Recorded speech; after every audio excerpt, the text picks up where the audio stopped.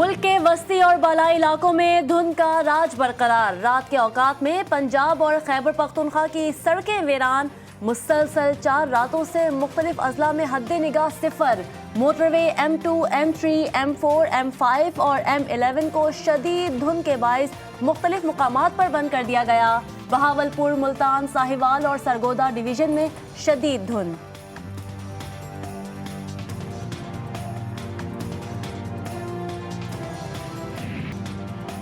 खैबर पख्तूनख्वा के बालाई और कश्मीर के कई अजला में बारिशों और बर्फबारी की वजह से सर्दी की शिद्दत बढ़ गई। कल्लात में -9 और कोयटा में -8 सेंटीग्रेड रिकॉर्ड। बलूचिस्तान के दर्जे हरारत में मुसलसल कमी, चश्मे और नहरें जम गईं।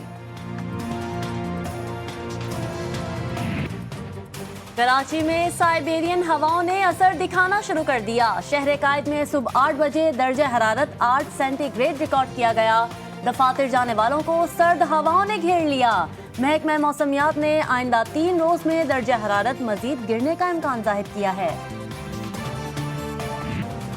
मुल्क में कोरोना से जाँ बहक अफराद की तादाद फिर बढ़ने लगी। 24 घंटों के दौरान मजीद 7 मरीज वायरस से दम तोड़ गए। एक रोज में 357 नए मरीज रिपोर्ट हुए। NCOC के मुताबिक मुल्क में कोरोना मुस्बत केसेस की शरह 0.74% रही।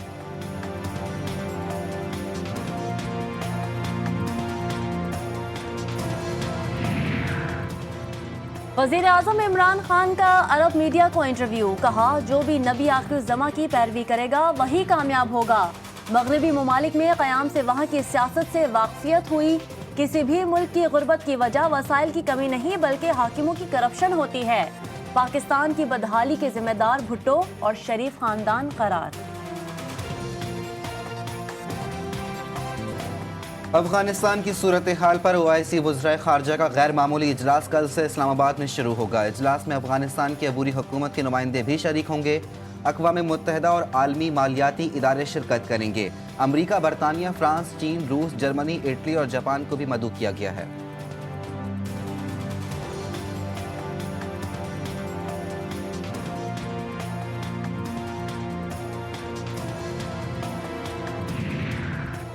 OIC वज़राए खारजा इजलास में शिरकत के लिए 159 अहम शख्सियात आज से इस्लामाबाद पहुंचना शुरू होंगी। इस्लामाबाद की सिक्योरिटी रेड अलर्ट। कौमी असम्बली की इमारत वजारत खारजा के हवाले। रास्तों की कड़ी निगरानी जारी है। इस्लामाबाद में आज और पीर को आम तातील। मोबाइल फ़ोन सर्विस बंद नहीं होगी।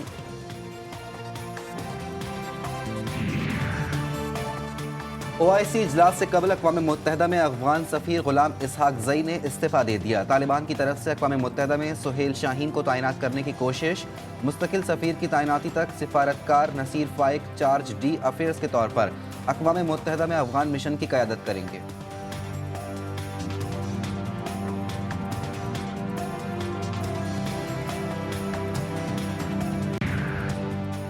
गिलगित बल्तिस्तान में 3,900 से ज़ायद नौकरियों की मंजूरी दे दी गई।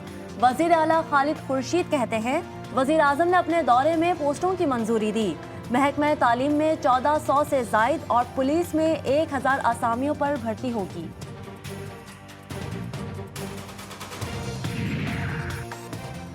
भारत से 100 से ज़ायद हिंदू यात्री पाकिस्तान पहुंच गए। हिंदू यात्री मजहबी रसूमात की अदायगी के लिए वाघा बॉर्डर से पाकिस्तान आए। यात्री कटास राज मंदिर में मजहबी रसूमात अदा करेंगे। मरकजी तकरीब कल होगी। पाकिस्तान की हिंदू बरादरी भी शिरकत करेगी।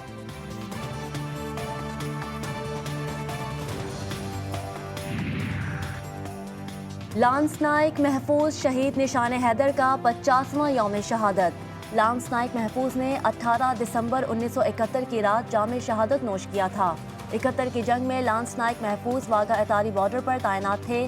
दुश्मन ने लांस नाइक महफूज और साथियों पर रात के अंधेरे में फायरिंग की। लांस नाइक महफूज ने दुश्मन का मुकाबला करते हुए बहादुरी की दास्तान रकम की थी।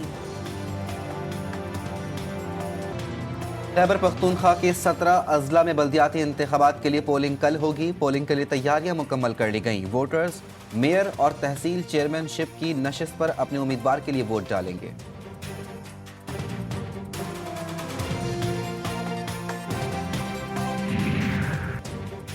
तहरीक इंसाफ को खैराबाद कहने की वजह है। वफाकी वज़रा को ये नहीं भूलना चाहिए कि जहांगीर तरीन ने PTI में अहम किरदार अदा किया। अगर तहरीक इंसाफ पर मुकदमात चल गए तो फिर बहुत से राज खुल जाएंगे। जस्टिस रिटायर्ड वजीउद्दीन की जीटीवी के प्रोग्राम 7 से 8 में गुफ्तगू, कहा अपने बयान पर कायम हूँ।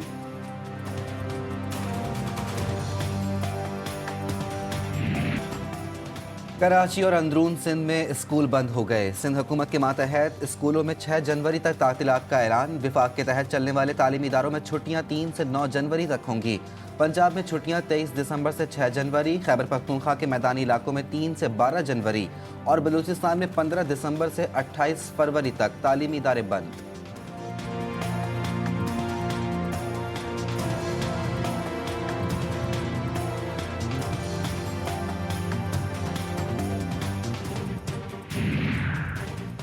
कराची में ओमिक्रॉन वेरिएंट का दूसरा मरीज करंतना से फरार हो गया। 35 साला शख्स बरतानिया से कराची आया था। रैंडम चेकिंग में पहले कोरोना और बाद में ओमिक्रॉन वेरिएंट का मरीज निकला। महकमा सेहत के अमले ने एयरपोर्ट से शारा फैसल पर वाक़ निजी होटल मुंतकिल किया था। हैरत अंगेज तौर पर फरार हो गया।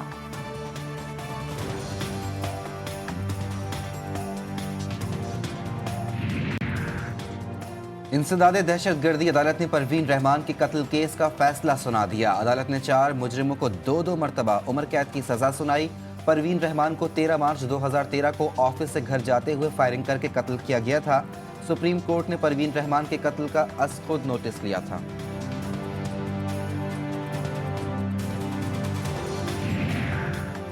एशियन चैंपियंस ट्रॉफी हॉकी के अहम मुकाबले में पाकिस्तान को शिकस्त। कौमी टीम को रिवायती हरीफ भारत ने 1 के मुकाबले में 3 गोल से शिकस्त दी। पाकिस्तान तीसरा मैच आज कोरिया के खिलाफ खेलेगा।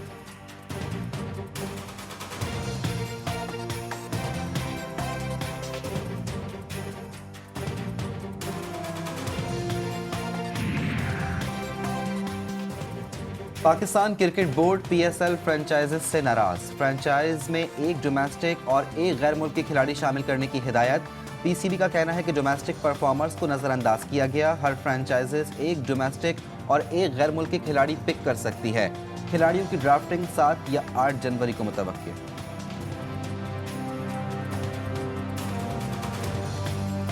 ईरान की जामे और वाज़े सिफारतकारी अपना असर दिखाने लगी। वियना में जारी मुज़ाकरात में बड़ी पेशरफ सामने आ गई। एटमी डील पर जारी बातचीत में फरीक़ैन के दरमियान मुत्तफ़िक़ा एलामिया की तैयारी पर रजामंदी जाहिर कर दी गई। 7वें राउंड में मुस्बत बातचीत का एतराफ़ अमरीका ने भी कर लिया। ईरान और आलमी ताकतों के दरमियान अगले मुज़ाकरात आइंदा हफ्ते ऑस्ट्रिया में शुरू हो। तुर्की की करेंसी लीरा पर ज़वाल आ गया। तुर्की ने शरह सूद मशरिक़ बईद में समंदरी तूफान से फिलिपाइन में बड़े पैमाने पर तबाही। तूफान से 30 लाख अफराद की नकल मकानी, 12 फिलिपाइनी हलाक, सैकड़ों मकानात तबाह। दरख्त जमीन से उखड़ गए, मट्टी के तोदे गिरने से सड़कें हलाक हो गई। फ्लाइट ऑपरेशन मुअत्तल, फिलिपाइन में मेडिकल इमरजेंसी नाफिज।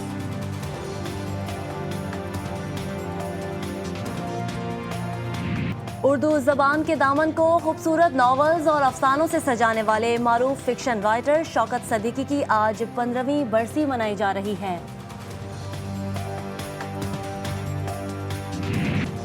और बर्रे सग़ीर में अपनी मधुर धुनों और मौसीकी से पहचान बनाने वाले अजीम मौसीकार रशीद इतरी को दुनिया से गुजरे आज 54 बरस बीत गए।